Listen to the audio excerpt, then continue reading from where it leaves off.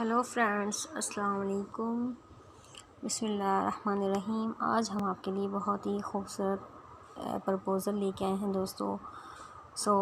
आप हमारी वीडियो को एंड तक देखिएगा, स्किप मत कीजिएगा।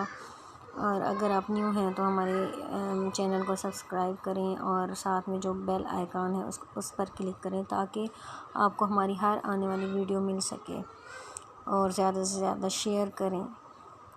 अच्छा दोस्तों, आगे बढ़ते हैं अपने चैनल पे।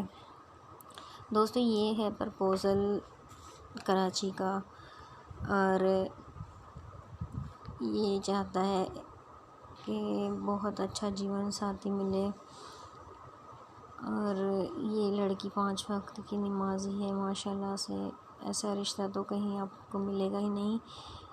अगर हम आपको फ्री में ये सारी एडवाइसेस देते हैं, वैसे तो आप बाहर से अगर पूछें तो वो तो 50,000 या फिर 20,000 इतना लेते ही हैं एक प्रपोज़ल दिखाने पे। अच्छा दोस्तों, ये लड़की कराची की रहने वाली है और इसके अब्बू जो हैं वो कपड़े का कारोबार करते हैं कराची में। इस लड़की की कुछ डिमांड्स हैं। आप वीडियो को स्किप मत कीजिएगा, फुल देखिएगा ताकि आपको इस लड़की की डिमांड्स का पता चल सके।